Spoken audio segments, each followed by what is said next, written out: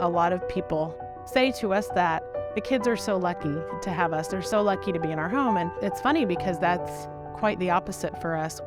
We have had great joy, not just happiness, but joy from having these kids in our home.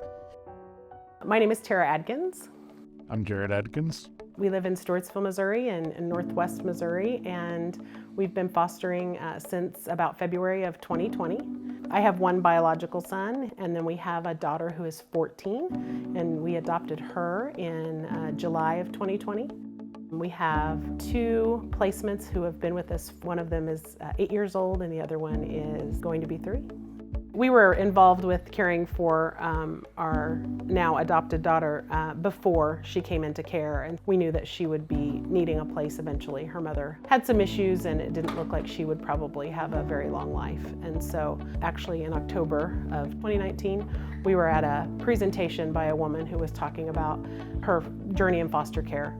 She had said that her foster placement mother had cared for over 50 special needs medical needs children. And she was a single mother. So that night when we got home, we just kind of looked at each other and thought, gosh, if one single woman can care for that many kids, surely we can figure this out. We signed up that next day, and we were fully licensed by February. I am Margie Knight, and I have worked for FosterAdopt Connect for almost 6 years. I am a licensing worker.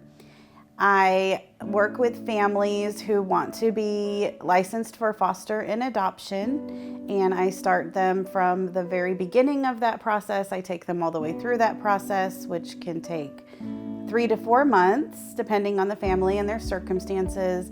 After they're licensed, we get to stay with our families.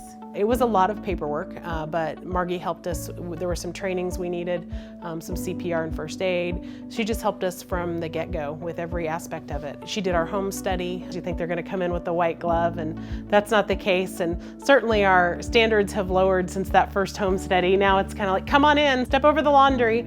But yeah, that was great too, and just helping make sure we had, the fire alarms and the fire extinguishers and the escape plans and things that we probably should have had anyway and didn't. She helped us through every step of it and gave us all the resources that we needed.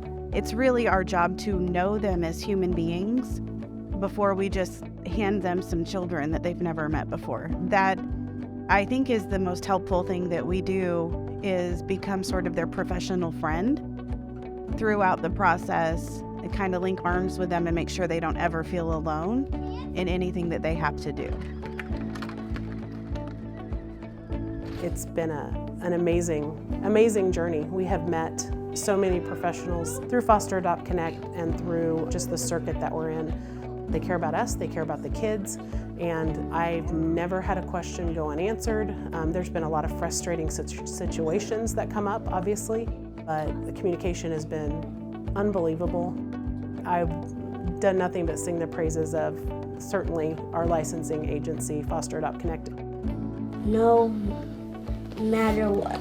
Your reading is so good.